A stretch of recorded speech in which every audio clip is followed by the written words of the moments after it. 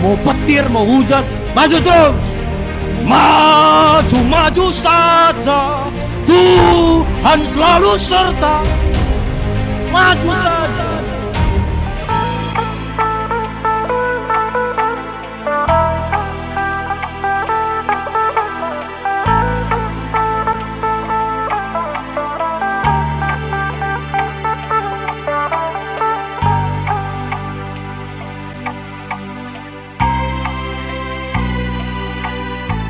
Bagaimana kita menang menghadapi krisis dalam kehidupan hidup kita. Yang pertama, yang pertama yang harus kita pelajari adalah merendahkan diri. Merendahkan diri itu artinya sikap hormat dan menghargai, mengakui keberadaan orang lain, mengakui keberadaan Tuhan, menghormati Tuhan. Itu artinya merendahkan diri. Nah, jadi kita harus sadar dalam masa-masa seperti sekarang ini kita harus belajar merendahkan diri, mengakui Tuhanlah segalanya, saya nggak ada apa-apanya, tanpa Tuhan saya nggak bisa hidup. Itu yang perlu kita lakukan supaya kita bisa terus kuat menghadapi situasi sekarang ini. Amin. Saya rindu kita baca di dalam 2 Tawarikh pasal 7. Di sini diceritakan ada juga satu penyakit sampar. Ini nggak jauh beda-beda dengan COVID ya. 2 Tawarikh 7 ayat 13. Bila mana aku menutup langit sehingga tidak ada hujan, dan bila mana aku menyuruh belalang memakan habis hasil bumi, dan bila mana aku melepaskan penyakit sampar di antara umatku. Jadi penyakit sampar ini dia berasal dari binatang. Jadi ada binatang, dari binatang itu menyebar seperti bakteri dan kalau kena manusia menular cepat. Dan itu mematikan. Saya baca di dalam sejarah ada 2 kali penyakit sampar yang begitu mematikan di dunia yang pernah terjadi. Yang pertama terjadi di daerah Mediterania. Jadi waktu kena penyakit sampar itu yang mati 30 sampai 50 juta orang mati gara-gara penyakit sampar. Yang kedua pernah kena ke daratan Eropa itu sampai 3 benua kena dampaknya. 3 benua itu pun puluhan juta yang mati. Asia, Afrika, Eropa. Jadi mirip-mirip sama corona ya. Dan mungkin kita bertanya, sama saya pun banyak orang bertanya, gimana kira-kira Pak Pendeta sampai kapan ya corona ini katanya. Aku pun gak tahu, ku bilang. Ayat 14. Bagaimana menghadapi masa-masa sulit yang menakutkan itu. Ayat 14. Dan umatku yang atasnya namaku disebut merendahkan diri, berdoa dan mencari wajahku, lalu berbalik dari jalan-jalannya yang jahat, maka aku akan mendengar dari sorga dan mengampuni dosa mereka serta memulihkan negeri mereka. Jadi untuk menghadapi situasi yang sulit, yang pertama kita harus merendahkan diri kita, berdoa dan mencari wajah Tuhan. Itu yang perlu kita lakukan untuk menghadapi setiap krisis, termasuk krisis-krisis hari ini. Maka janji Tuhan Dia akan memulihkan bangsa ini, memulihkan ekonomi kita, memulihkan kesehatan, memulihkan rumah tangga, memulihkan segala sesuatu yang terganggu selama ini. Jadi belajar kita merendahkan diri, berbalik dari jalan kita yang jahat.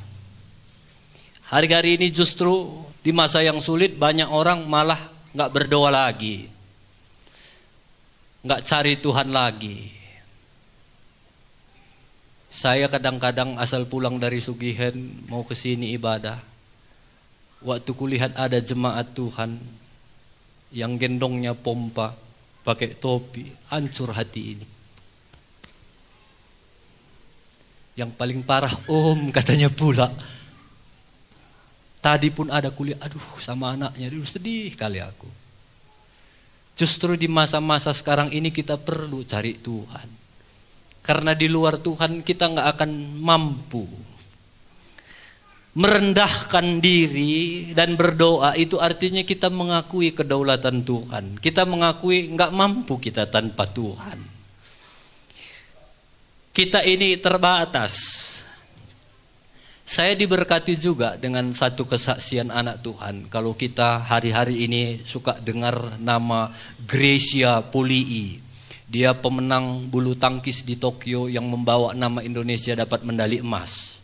Dia itu orang Kristen, orang yang cinta Tuhan. Saya kalau dengar kesaksian-kesaksian orang Kristen yang mendunia, suka aku cari itu. Siapa dia, bagaimana latar belakangnya, gimana kehidupannya, siapa keluarganya, siapa pendetanya, di mana gerejanya, saya cari itu. Dan saya dengar salah satu wawancaranya dengan Boy William. Boy William ini nanya, wah Gracia Polii enak ya sekarang apa kesibukannya? Sekarang aku lagi sibuk sekali, semua perusahaan-perusahaan cari aku banyak untuk jadi bintang iklan katanya. Nah saya mau tanya ini, rahasia kesuksesanmu kata Boy William. Kira-kira setiap hari apanya kau lakukan sesudah bangun tidur? Dia bilang, sesudah bangun tidur, ya pasti nomor satu kulakukannya berdoalah kepada Tuhan. Wah, saya pikir mantap ini. Gracia Polii orang yang dunia, dia sadar bahwa nggak bisa dia mendunia tanpa Tuhan. Yang pertama yang dia lakukan itu berdoa. Itu membuat saya mau seperti dia. Saya juga harus berdoa yang pertama, bukan update status. Bukan lihat berita, pajak roga. Berdoa. Kalau mau mendunia, berdoa. Bilang kiri kanan, mau mendunia, berdoa. Berdoa. Itu tanda kita merendahkan diri. Lalu Boy William tanya, kira-kira waktu kau pulang dari Tokyo apa saja yang kau dapat? Woi Boy, saya banyak sekali dapat katanya. Dari pemerintah saya dapat 5 miliar. Dari pemerintah dapat 5 miliar. Banyak pengusaha-pengusaha janji sama saya kasih 500 juta, 100 juta, ratusan juta. Bukan itu Boy William, saya dapat tanah, banyak sekali saya dapat tanah. Sampai binatang-binatang pun dikasih orang katanya.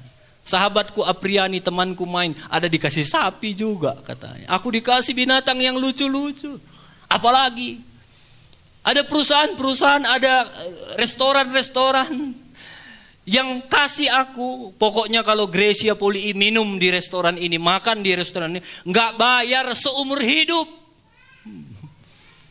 Ada perusahaan kosmetik pakai bedak, dikasih asal aku beli bedaknya gratis seumur hidup. Penggadaian kasih dia emas 3 kilo. 3 kilo. Kamu bayangkanlah bawa gula 3 kilo. Oh. Gitu dikasih penggadaian sama dia nih 3 kilo. Kalau diuangkan 2,6 miliar. Itu Gracia Polii. Wah kata Boy William. Mantap kali, kaya kali kau sekarang. Ya puji Tuhan Boy William. Nah sekarang kalau kau udah kaya mau kemana? Kau buat uangmu ini semua katanya. Dan dia jawab. Yang pertama aku akan kasih untuk Tuhan. Perpuluhanku jelas dia bilang untuk Tuhan. Wajar dia seperti itu.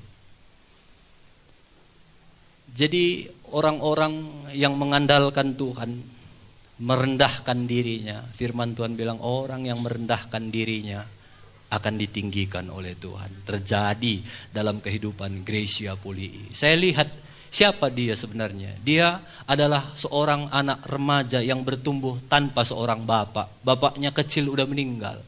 Cuma karena mamanya lihat, anakku ini hobi ini bulu tangkis. Dari kecil udah pindah dia ke Jakarta. Dia belajar dari kecil. Dan proses untuk mendunia itu gak gampang. Jangan pikir main raket itu gampang.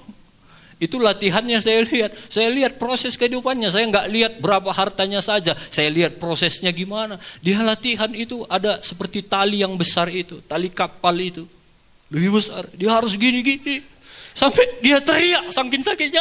Sakit, ayo pukul lagi kata wasitnya, pelatihnya pukul lagi. Udah pukul pak semes, ambil tali itu lagi gini.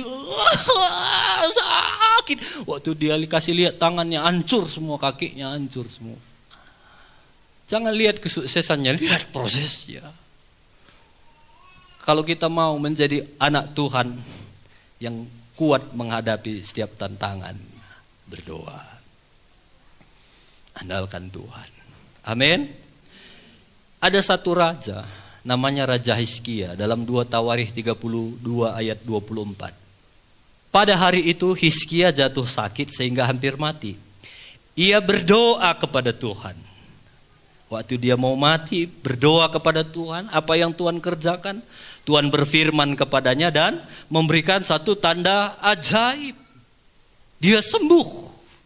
25. Tapi Hizkia tidak berterima kasih atas kebaikan yang ditunjukkan kepadanya, karena dia menjadi angkuh, sombong, enggak merendahkan diri, sehingga ia dan Yehuda dan Yerusalem ditimpa murka. Karena dia enggak bersyukur, sombong, dia ditimpa murka. Ayat 26. Tapi ia sadar. Ia sadar. Bilang kiri kanan, sadar kawan. Kita perlu Tuhan. Kamu perlu Tuhan, aku perlu Tuhan. Semua kita perlu Tuhan. Ia sadar akan keangkuhannya dan merendahkan diri bersama dengan penduduk Yerusalem, sehingga Tuhan tidak menimpa mereka pada zaman Hizkia. Jadi yang pertama, kalau kita mau kuat menghadapi krisis, rendahkan diri kita di hadapan Tuhan. Yang kedua, kita doa bagus, merendahkan diri bagus, tapi kita juga perlu M yang kedua, mengembangkan diri. Mengembangkan diri. Banyak saya mendengar orang-orang di masa Covid ini tidak mengembangkan diri.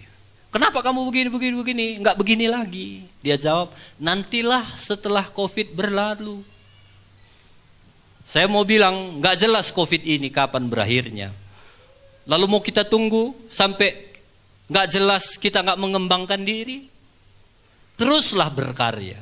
Teruslah mengembangkan diri.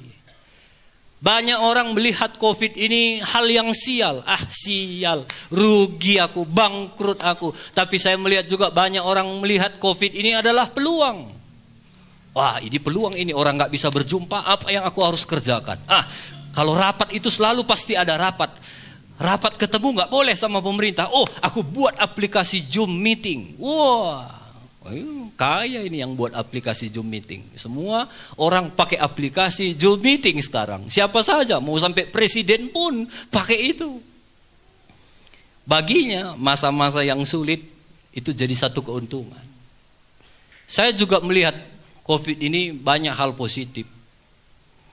Yang pertama, kita bisa dimentor. Kemarin gereja kita genap 1 tahun dimentor dari satu gereja ICC di Bandung. 1 tahun dia bisa ajari kita, begini caranya komsel ya, begini, hanya lewat Zoom meeting.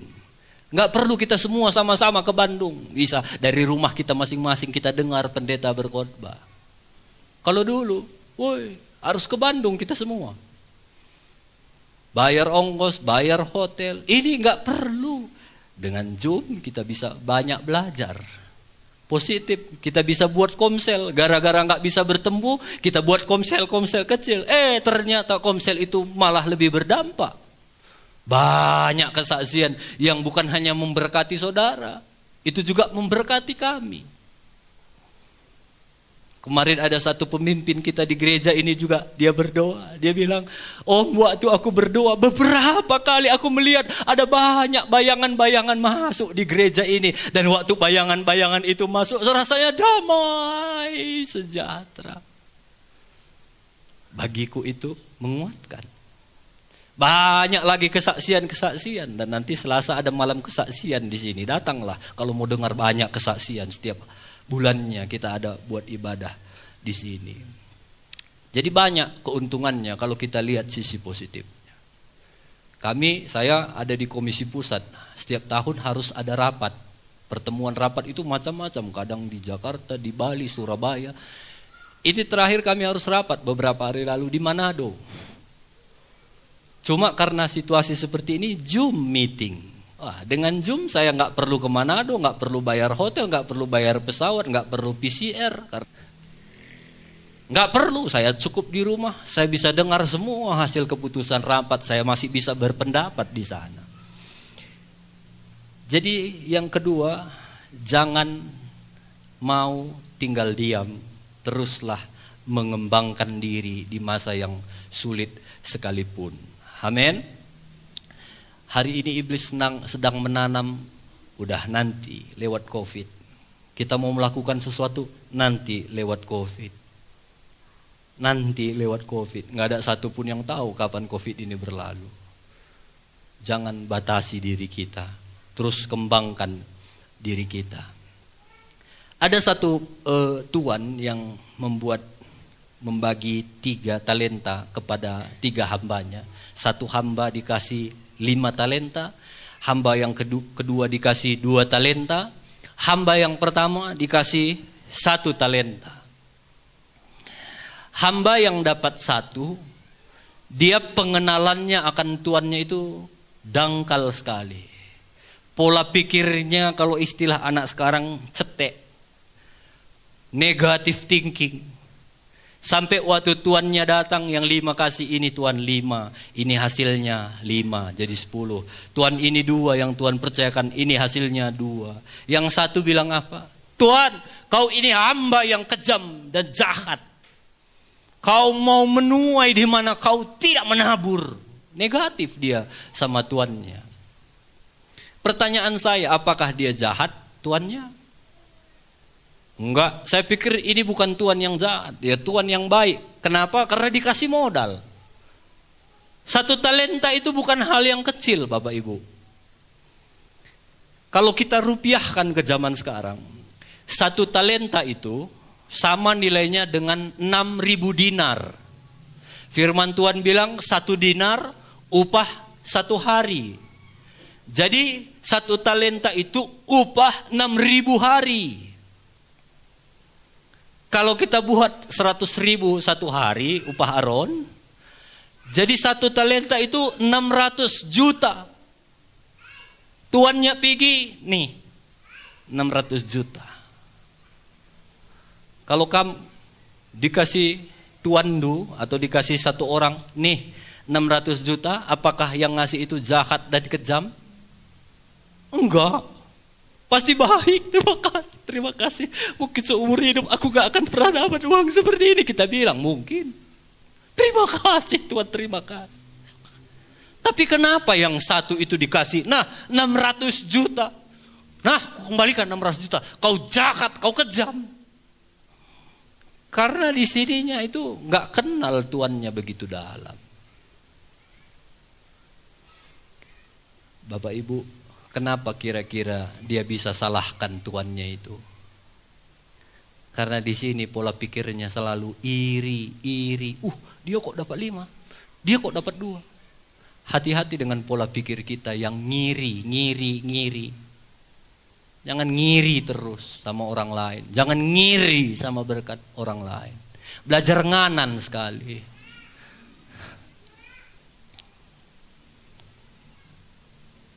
Tuhan udah kasih berkat sama kita. Kok sedikit kali Tuhan? Dia sama satu gerejanya kami. Kok berkatnya lebih banyak? Kalau begitu pola pikir kita sama seperti hamba yang dapat 1. Gak akan pernah mengembangkan talenta kita. Kita tidak akan bisa berkembang sejauh pola pikir kita. Sekali lagi, hidup kita itu tergantung seberapa besar pembaharuan pikiran kita. Kalau saya pakai angka 1 sampai 10. Kalau pikiran kita cuma di angka 3 aja selalu. Sikit-sikit iri. Sikit-sikit negatif thinking. Sikit-sikit itu pun karena gininya. Begini. Hidup kita gak akan pernah melebihi 3. Maksimal 3. Bagaimana cara kita berpikir, itulah maksimal hidup kita. Makanya firman Tuhan bilang, perbaharui pikiran kita, perbaharui budimu setiap hari. Perbaharui supaya kita bisa melampaui cara berpikir kita. Nah, saya mau bilang begini, segala sesuatu yang dibiarkan itu akan menurun kualitasnya. Nah, rumah lah kita bikin contohnya. Kalau ada rumah lu nggak kamu diami, biarkan saja, nggak kamu rusak pun, rusak sendiri itu. Segala sesuatu yang dibiarkan akan menurun. Kalau anak-anak muda yang pacaran, udah nggak usah lagi komunikasi, nggak usah putus kita, nggak usah bilang putus kita, putus itu.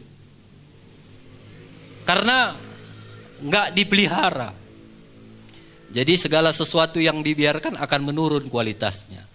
Segala sesuatu yang dirawat akan sama kualitasnya.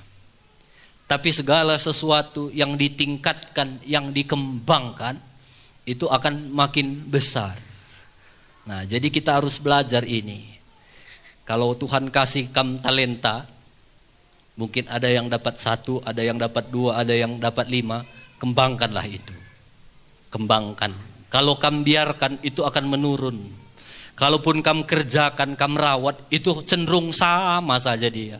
Belajarlah kembangkan talenta itu. Makanya di gereja ini selalu kita belajar. Saya ingat dulu saya melatih pemain musik 1 orang. Saya bilang, saya latih kamu.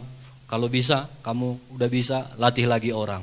Nah, sekarang mereka juga udah bisa. Sekarang melatih orang. Yang mereka latih itu pun mereka tekankan lagi, kamu nanti latih lagi ya, kembangkan.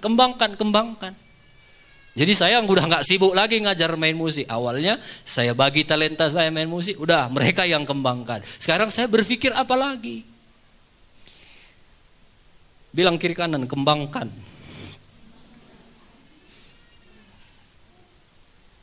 Jangan bilang kita nggak punya talenta, semua kita punya talenta. Semua kita punya talenta, makanya kembangkan apa yang Tuhan berikan dalam kehidupan kita. Jadi hamba ini dia nggak kembangkan, karena dia pikir Tuhan ini jahat, karena dia selalu banding-bandingkan. Kalau dia berpikir positif, kan bisa dia berpikir positif. Waktu tuannya pergi dia akan datangi kawannya. Kira-kira gimana caranya selama ini kalian bisa mengembangkan? Udah pasti mereka bekerja selama ini tuannya lihat, oh ini layak dapat 5 karena dia bisa dipercaya. Ini dapat 2. Ini yang 1 itu mungkin kelihatannya 1 talenta pun sebenarnya terlalu besarnya Tuhan percayakan sama dia. Tapi tuannya itu Tuhan yang baik sebenarnya. Udahlah, 1 lah. Kalau dia kembangkan nanti puji Tuhan. Kalau enggak pun ya udahlah, anggap rugi, biarlah. Mungkin itu pikiran tuannya. Semoga ini mendidik dia. Itu pikiran Tuhan yang baik. Tapi dasar hambanya itu nggak mau berubah, selalu pikirannya negatif. Seharusnya kan dia bisa belajar. Gimana caranya? Kok kalian bisa dipercaya 5, kamu 2, aku kok cuma 1 ya? Kira-kira kalau kutanya kau apa aja kelemahanku? Menurutmu apanya kekuranganku? Entah itunya dilihat Tuhan kita. Kan bisa begitu aturnya kalau dia mau mengembangkan diri.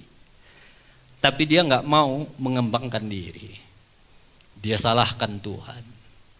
Jangan salahkan Tuhan. Tuhan nggak pernah salah. Tuhan kita itu Tuhan yang baik. Kalau dia kasih talenta sama kita, walaupun nggak besar, kembangkanlah. Kalau kita kembangkan, Tuhan pasti tambahkan. Kembangkan lagi, tambahkan, kembangkan lagi, Tuhan tambahkan. Kalau kita mau kembangkan, kita kubur, maka kita tidak akan pernah mendapat lebih dari Tuhan. Jadi sekali lagi jangan iri. Iri itu akan membuat kita tidak mengembangkan diri. Iri itu akan membuat kita sibuk memperhatikan orang lain dan lupa memperhatikan diri sendiri.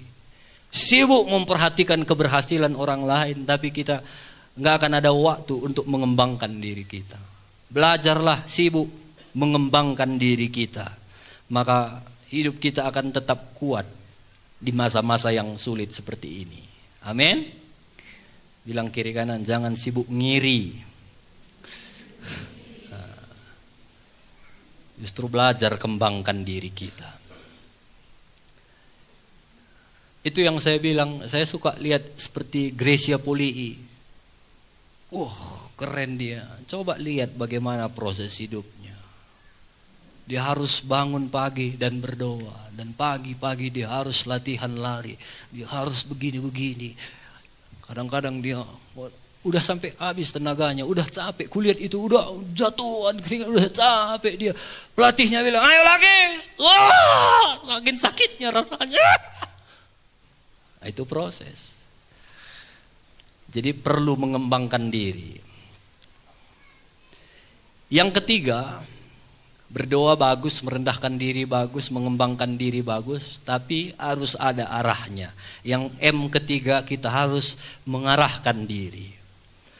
Filipi pasal 3 ayat 13. Filipi pasal 3 ayat 13. Saudara-saudara, aku sendiri tidak menganggap bahwa aku telah menangkapnya, tapi ini yang kulakukan. Aku melupakan apa yang telah di belakangku dan mengarahkan diri kepada apa yang di hadapanku, dan berlari-lari kepada tujuan untuk memperoleh hadiah, yaitu panggilan sorgawi dari Allah dalam Kristus Yesus. Jadi kita itu berlari bagus, capek bagus, sibuk bagus, tapi maunya ada tujuannya.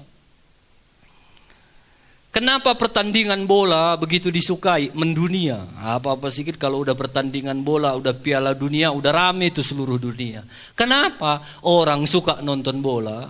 Jawabannya simpel, karena ada gawangnya. Ada tujuannya. Bayangkanlah pemain-pemain siapapun yang mau main, mau Ronaldo, mau Messi, kalau nggak ada gawangnya, nggak seru itu pertandingan bola. Dia tendang bola, tendang ke sana, berkelahi, pak, nggak ada tujuannya. Sama kayak orang main bola, tapi pakai masker gini. Tendang bola, nggak tahu kemana arahnya. Jangan ketawa kamu. Saya melihat banyak orang sibuk mati-matian dalam hidupnya gini, tapi nggak ada tujuannya. Untuk apa? Nggak ada tujuannya. Mau ngapain? Mau kemana uangnya? Mau kemana? Apa tujuannya? Nggak ada, hanya sibuk. Harus ada tujuan kita. Harus mengarahkan diri kita. Jelas. Saya ada ketemu orang, dia bilang gini, aku pendeta, nggak ada lagi tujuanku. Dulu pun visiku, asal udah sekolah, anakku tamat SMA semua, udah jago itu katanya. Sekarang mengalir bersamamu. Kayaknya rohani, tapi itu bukan rohani. Harus terus punya tujuan. Harus terus punya target. Harus terus punya goal. Goal itu yang akan membuat kita bisa sampai ke goal itu. Kenapa ada di antara kamu yang bisa sudah bangun rumah? Karena mungkin sudah lama kamu cita-citakan, aku harus bangun rumah. Kamu mulai hitung-hitung, kalau batu bata sekian kali begini. Kamu mulai tanya-tanya tukang. Oh gini ya, oh berarti masih kurang uangku ya. Lalu goal, tujuan itu membuat kamu fokus. Ah iya ya, kurang sedikit lagi, harus ke ladang lagi, tambahi lagi. Lalu kamu mulai hitung-hitung, kalaupun udah kerja nanti tukang, segini lagi kurang, udah bisa itu. Akhirnya tercapailah cita-citamu. Karena apa? Ada tujuan. Enggak gini tadi, kumpul uang, enggak tahu untuk apa. Habis lagi, kumpul lagi, habis lagi, kumpul lagi. Harus ada tujuan. Supaya hidup kita bisa fokus. Jadi jangan sibuk. Sibuk bagus, tapi harus ada tujuan kita. Tujuan kita itu tadi, aku mengarahkan diriku kepada panggilan sorgawi. Selalu harus ada jelas tujuan kita. Ingat, apapun tujuan lu, yang terutama muliakan Tuhan. Itu yang terpenting. Jadi ada 3M hari ini. Belajar merendahkan diri. Belajar rendahkan diri. Gak usah sombong lagi. Satu virus saja ternyata bisa membuat kita bingung, galau. Apa yang perlu kita sombongkan? Gak ada. Hari ini firman Tuhan bilang, berdoa, rendahkan diri, cari wajah Tuhan. Itu yang akan membuat kita kuat. Yang kedua, perlu kembangkan diri. Apa talenta-talenta Anda? Coba kembangkan. Ada satu pendeta, dia ada di kota besar. Karena kota besar dilarang pertemuan gini, jadi hari Minggu dia gak bisa lagi ibadah jumpa tatap muka. Dan dia udah jarang keluar, jadi dia di rumah saja. Dulu waktu masih muda dia suka masak. Jadi karena udah nggak ada ibadah lagi, sekarang dia suka masak di rumahnya. Dia kembangkan lagi talentanya. Sejak dia masak, waduh, senang semua orang rumah makan. Jadi belajar kembangkan talenta Anda. Dan yang ketiga, perlu mengarahkan diri. Ada tujuan. Kalau ada tujuan kita akan terus berlari fokus ke sana. Ada satu klip. Ini sebenarnya klip ini lucu. Ada satu orang muda, perempuan, gadis, gemuk. Jadi orang selalu tokoy gendut. Asal dia jalan, gajah lewat. Asal orang, laki taman babi panggang, babi gitu. Jadi dia merasa, dia bilang kenapa hidupku aneh. Dia selalu menyerahkan dirinya. Dia merasa nggak puas sama dirinya. Itu krisisnya. Tapi dia belajar 3 hal ini. Aku harus merendahkan diriku. Aku harus berjuang. Aku harus langsing. Walaupun kadang-kadang aku harus jatuh, aku dihina. Enggak mau. Aku tetap mau merendahkan diriku. Aku mau terus berjuang, katanya. Dan bukan hanya berjuang, dia mengembangkan dirinya sama seperti Gracia Polii. Dia berlatih, kadang-kadang tangannya ini harus hancur. Dia diet, dia olahraga, semua dia lakukan. Dan bukan hanya itu, dia punya target, aku harus langsing. Apapun aku kerjakan, aku harus langsing, aku harus langsing, aku harus langsing. Dan akhirnya dia langsing.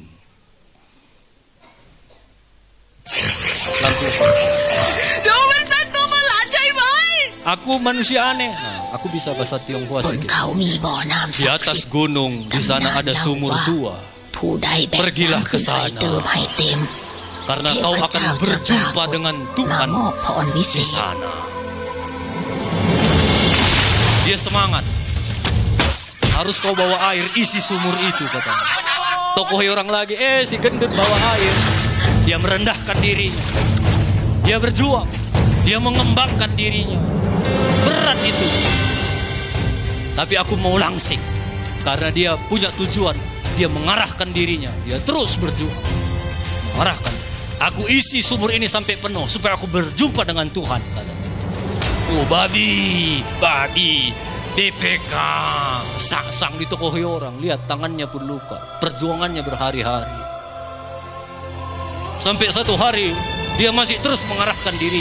Gak sempat dia lihat cermin pun di rumah. Sampai akhirnya sumur itu penuh. Dia teriak, Tuhan, di mana engkau? Akhirnya dia lihat bayangan tubuhnya dari air. Aku udah langsing.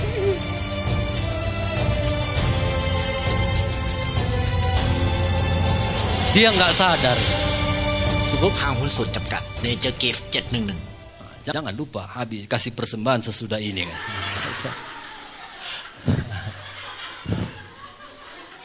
Dia itu sampai nggak ingat lagi dia itu gemuk.